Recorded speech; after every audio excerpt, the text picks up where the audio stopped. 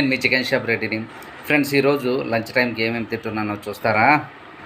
Right, white rice, పెరుగు,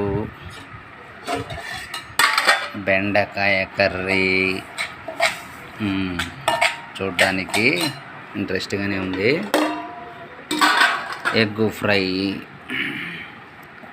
right, ఈరోజు egg fry try చేద్దాం. ఆహాహా,